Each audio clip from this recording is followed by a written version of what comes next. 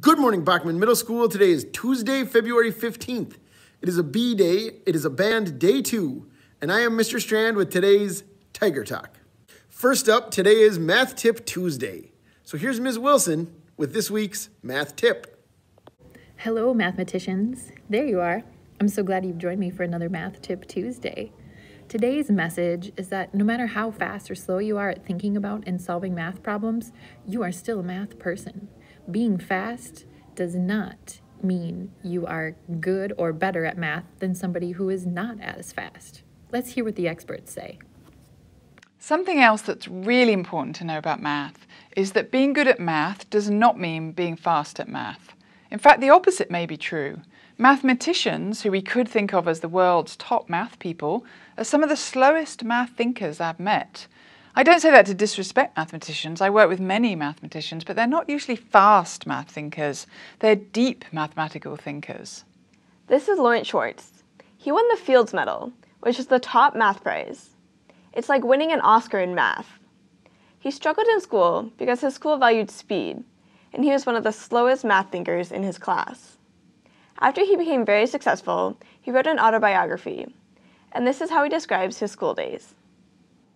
I was always deeply uncertain about my own intellectual capacity.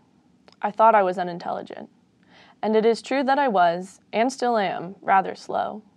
I need time to seize things because I always need to understand them fully. Towards the end of 11th grade, I secretly thought of myself as stupid. I worried about this for a long time. I'm still just as slow.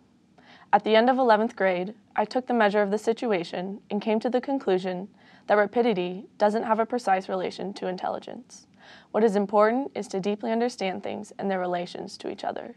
This is where intelligence lies. The fact of being quick or slow isn't really relevant.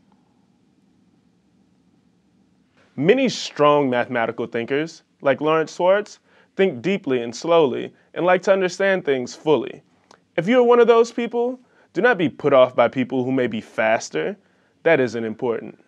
What is important, to repeat Lawrence Schwartz, is to deeply understand things and the way they relate to each other. It's fine, good even, to think slowly about math, and it is really good to think deeply and ask questions that will allow more depth. Questions like, why does this work? How is this method connected to other methods? What would a drawing of the situation look like? And it's important, if you're a slower thinker, never to think it means you cannot be a math person. It is great to think deeply and carefully, to fully understand, to ask questions. We need those thinkers in math. Doing well at math is not about being quick or slow. It's about thinking about connections, thinking deeply. A huge thank you, as always, to Ms. Wilson. Now it's time for our word of the week. This week's word is innovate. Innovate means to introduce a new method, idea, or product. And in honor of Black History Month, we're looking at some Black Americans who have been innovators in their field. Today, we're taking a look at an inventor who is still alive, Lonnie Johnson. Who's Lonnie Johnson? Let's find out. Lonnie Johnson was an aerospace engineer for NASA for 12 years. But what he's most famous for is something that he developed on the side. His most famous invention was patented in 1990. The name on that patent is Pinch Trigger Hand Pump Water Gun with Detachable Tank. You and I know it better by its eventual name, the Super Soaker. That's right, Lonnie Johnson invented the Super Soaker. He also spent some time developing many varieties of Nerf gun. Man, Super Soakers are awesome. When is it going to be summer so I can spray my kids with a Super Soaker? All right, that's it for today. Have a great one, and we'll be back tomorrow with more Tiger Talk. See you then.